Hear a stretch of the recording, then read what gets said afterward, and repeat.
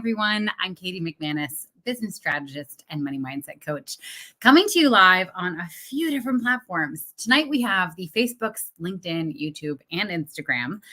Actually, I'm going to pull Instagram so that I can see comments when they come in without seeing the double thing, because it tends to be a little weird.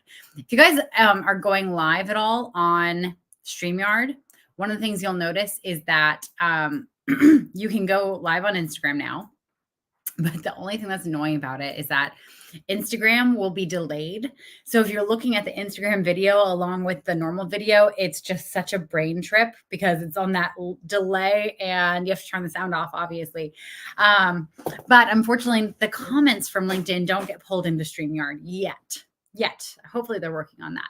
Anyway, tonight I want to talk about something that so many people struggle with. And this is my clients. This is people across the gambit. All right. And this is how to market yourself, how to promote yourself. And I want to start off with why we have such a problem with it. Okay. So if you've been on social media, which hello, if you're watching me, you are welcome. Chances are you have seen some really douchey self-promotion, for lack of a better term for it. There are a ton of people out there who have no problem, talking about how great they are and how wonderful they are and how accomplished they are and how beautiful and successful they are and blah, blah, blah, blah, blah, blah, blah, blah. And a lot of them are full of shit. Let's be real. If you have to tell people that you're really successful, if you have to tell people that you're really smart and all these other things, are you? Are you? I had a roommate for a short period of time, who just always liked to talk about what an easygoing, laid back guy he was. He was a very nice human being, but he was not laid back and he was not easygoing. A very nice human being, but I would not use those adjectives to describe him. If people have to tell you who they are, then I really question it. But anyway, so it's normal to, when you have to go and promote yourself because you started a business, to feel all kinds of ways about it, right? Because you are really just comparing yourself to these sleazy people who, you don't trust. You see their stuff and you're like, okay, cool if it's true, but I don't really trust something about this. And obviously you're more trustworthy. And obviously you want your audience to trust you. And you want to do it in a way, you want to be able to promote your work in a way that isn't sleazy, that allows people to feel connect with you, but also doesn't make you feel like you're being super braggy and egotistical. All right. All valid. And it's totally possible to promote your business and your work without bragging about yourself. And this is what I train on in all of my program. It's called empathetic marketing. And instead of talking about you, instead of making your marketing all about you, what you're essentially doing is you're pointing to your clients and you're saying, hey, I see you. And here's what you're worried about right now. And here's what those worries are doing to you. This is what's keeping you up at night. This is what's stressing you out when you have like a moment of downtime. This is like a worry you have for the future. And just so you know, a lot of my clients struggle with that. A lot of my clients go through the exact same thing. You're not alone. And if you want help to get out of this, then book a call with me, right? That's all you have to do. Hi, David. Welcome. That is all you have to do.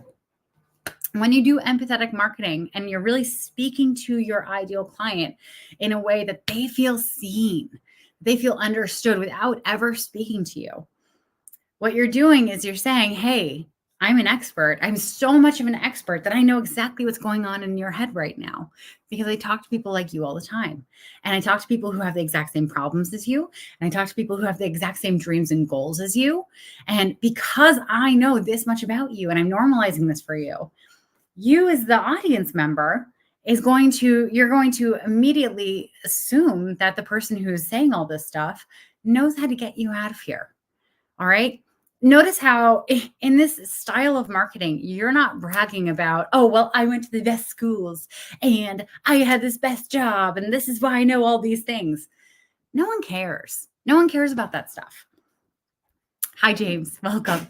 Um, and then you're also not like, you're not bragging about your accomplishments with your business. You're not pointing to how much money you make. Like, no one cares about that. What they care about is, can you help me? Can you help me? Are you useful to me? This is actually a really interesting exercise. Something that we do subconsciously without being aware of it is whenever we go around the world. Hi, Kelsey, welcome.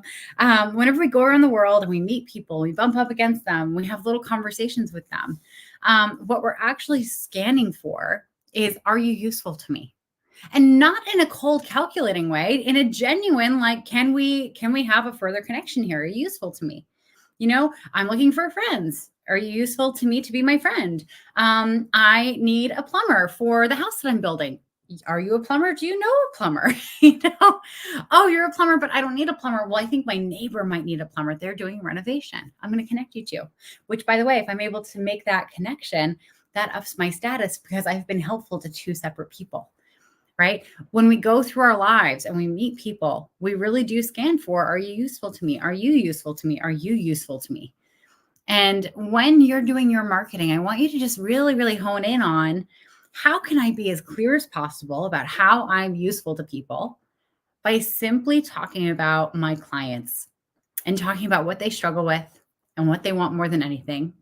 And just pointing to the fact that I help them go from what they're struggling with to what they want more than anything, right? Without being super braggadocious about it. Who says you have ADHD? You remembered my name. Yeah, ADHD doesn't necessarily mean bad memory. It can. It absolutely can. But not in this case. Anyway. And also, you just reminded me yesterday. So like let's give it a couple months. If I don't see you again, then I see your thing. I'm gonna know you, but I'll like not remember the name. Anyway. Um anyway. And if you're not on Instagram, James is making fun of me for like remembering his name today and saying that I don't have ADHD because I remembered it. And his name is not in his username. Anyway, side quest aside. Your dad is James. My dad's middle name is James. James was my grandfather. So it's in my family. I should remember it. This is extra embarrassing that I forgot. Anyway. But yeah, so as you're going around and as you're introducing yourself and you're thinking, okay, cool, can I be obvious about who I'm useful to? I want you to notice how your title has nothing to do with it. Okay. No one cares if you're a consultant or you're a coach or you're a marketing specialist or you're this or you're that.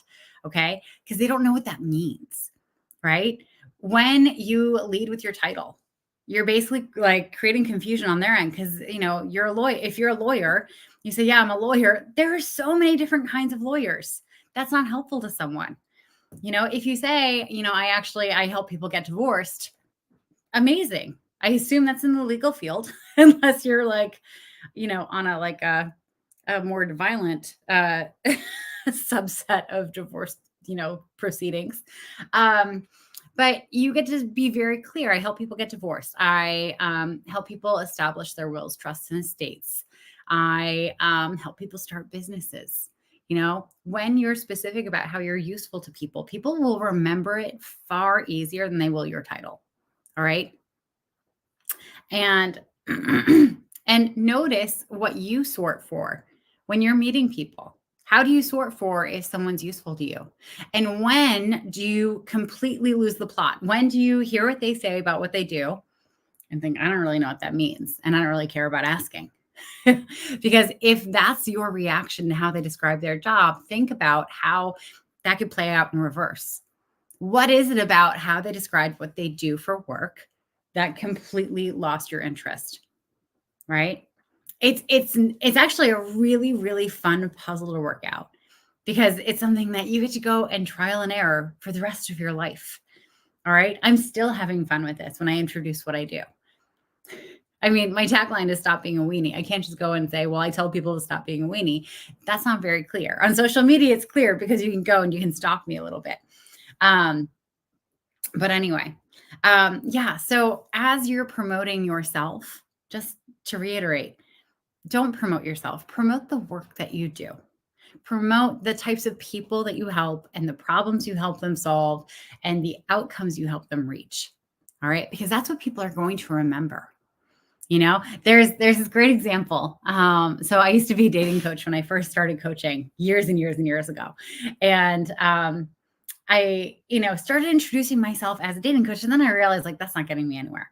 So I started getting really specific about who my client was. And I started like, saying that. And I actually started getting clients. But I want you to think about this. If someone says, oh, I'm a dating coach, like they're a dime a dozen. Okay, cool, whatever. You're just gonna like throw that piece of information to the back of your brain. It's probably gonna get lost in some rubbish. And then you're gonna throw it out the next time you have a sleep because your brain's gonna be like, this is useless information. I don't care. But if someone says, I'm actually a dating coach for divorced lesbians who have children and who want to find their next life partner, who will also be an excellent co-parent for the children that they share with their ex-partner. Whoa, okay, that's really specific. And you might not know someone who you can refer to this dating coach right now, but I bet you my favorite pair of boots that your friend who's a lesbian, like the next time they get divorced, you're gonna be like, hey, when you're ready to get out there, I have a dating coach for you. I have a dating coach. They specialize exactly with your situation. And like, it's going to be incredible and you're going to have the best time. There was a health coach that I discovered through Facebook. One of her posts went viral somehow during the pandemic. And she's literally a health coach for people in the party industry. So when I say that, like she works with DJs and bartenders and club managers, literally people who work from like 9 p.m. at night to 4 o'clock in the morning, right? They have a very unique lifestyle. And the stuff that she trains them to do, like, is only really useful to them because, like they have illicit drugs around them all the time. They're drinking on the job. They're doing this. They're doing that. Their schedule is so like abnormal from regular people. It's not like they could work with a regular health coach. They have to work with someone who understands the challenges of their lifestyle. So I want you to really work on this. And if you're struggling to figure out how you can describe who you work with and how you're useful to people, this is one of the things that we establish in all of my programs. So if you need help to get clients, if you're really struggling to get business right now and you sense it's because you kind of have this like push-pull about promoting yourself and you're just not sure how to like make the jump into talking about your ideal clients in a really obvious brick to forehead way that tells them this is how I'm useful to you, then book a call with me. Okay. If you're watching this on LinkedIn and Instagram, then you can go to the link in my bio and you can click for the Generate Income Strategy call. If you're watching this on Facebook or YouTube, then I want you to comment and I will message you a link to book a call. But either way, stop being a weenie and go out there and get some clients, people. All right. I want to say a big thank you to David and James and Kelsey for being here and everyone else. I see the numbers, but I don't know who's here because you haven't commented. I hope this is super useful to you. I'm on day 20 of a 30-day challenge. So I only have 10 more days to go of going live every single day. I haven't missed a day yet. Lauren Lefkowitz has been teasing me with the kinds of songs that she was going to make me sing. I think I'm going to be able to avoid the singing completely. We will see. Anyway, again, thank you for being here and I will see you live tomorrow. Have a good night, everyone. Bye.